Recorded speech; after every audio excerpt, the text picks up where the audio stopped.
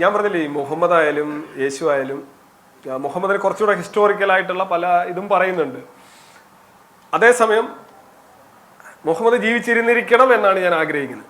എങ്കിൽ മാത്രമേ അത് കുറച്ചുകൂടെ, ഇനി അതൊരു മിത്തിക്കൽ ക്യാരക്ടർ ആയിരുന്നു എന്ന് വന്നു കഴിഞ്ഞാൽ കുറച്ചുകൂടെ അത് പലർക്കും സ്വീകാര്യമായിട്ട് തോന്നും. ഇപ്പൊ ഇന്ദ്രൻ എന്ന് പറയുന്ന ഒരു മിത്തിക്കൽ ക്യാരക്ടറാണ്.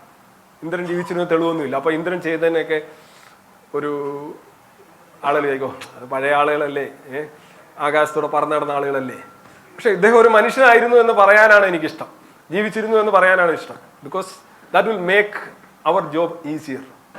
നമ്മളുടെ ജോലി കുറച്ചുകൂടെ എളുപ്പമാകും അതുകൊണ്ട് എന്നെനിക്ക് പറയാനുള്ളൂ. തെളിവ് പലരും പറയുന്നുണ്ട്. മുഹമ്മദിന്റെ മുഖമുള്ള കോയിൻസ് ഇബിൻ മാലിക് പുറത്തിറക്കിയിട്ടുണ്ട്. 7-ാം നൂറ്റാണ്ടിന്റെ അവസാനം തന്നെ ഇബിൻ മാലിക് പുറത്തിറക്കിയിട്ടുണ്ട്. മുടി വിടുക അല്ലെ, എന്തായാലും അദ്ദേഹത്തിന്റെ മുഖമുള്ള ഈവൻ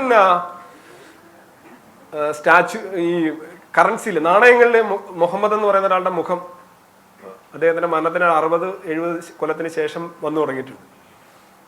ഉണ്ടായിരുന്നിരിക്കണം എന്നാണ് ഞാൻ കരുതുന്നത്. പൂർണ്ണമായിട്ട് എനിക്ക് ഉറപ്പില്ല. ഹിസ്റ്റോറിക് ക്യാരക്ടറായിട്ട് തന്നെയാണ് കരുതപ്പെടുന്നത്. തിരിയുന്ന ഭൂമിക്ക് മുകളിൽ വിമാനം പോകുമ്പോൾ എങ്ങനെയാണ് കൃത്യമായി ഡെസ്റ്റിനേഷനിൽ എത്താൻ കഴിയുന്നത്? തിരിയുന്ന ഭൂമി ആക്ച്വലി തിരിയാണ്. ഭൂമി എന്താണെന്ന് ഞാൻ വിശദീകരിച്ചു ഇല്ലേ? ഞാൻ ഭൂമി വിശദീകരിച്ചു. ഭൂമി എന്ന് പറയുന്നത് ഈ തറ മാത്രമല്ല. ഭൂമിയിൽ ഒരു ഈ സ്പേസ് ടൈം കണ്ടിന്യൂം എന്ന് പറയുന്നത്, അതിനകത്തൊരു ഡിപ്രഷൻ ഉണ്ടാക്കുന്ന ഒരു മാസ് പാക്കേജ് ആണ് ഭൂമി എന്ന് പറയുന്നത്. ആ മാസ് അല്ലെങ്കിൽ ആ ദ്രവ്യം, ആ മാറ്റർ എന്ന് പറയുന്നത് 3 അവസ്ഥയിലാണുള്ളത്. വെള്ളമായിട്ടും ഖരമായിട്ടും ഗ്യാസായിട്ടും ഉള്ളത്. അതെല്ലാം കൂടെ ഗ്രാവിറ്റേഷണൽ സെന്ററിലേക്ക് അതിനെ ആകർഷിച്ച് നിർത്തിയിരിക്കുകയാണ്. ഈ എയറിനെയും എന്നെയും എല്ലാം തന്നെ ഭൂമിയുടെ ഗ്രാവിറ്റേഷണൽ, അതായത് ഭൂഗുരുത്വ കേന്ദ്രത്തിലേക്ക് ആകർഷിക്കപ്പെട്ടിരിക്കുകയാണ്.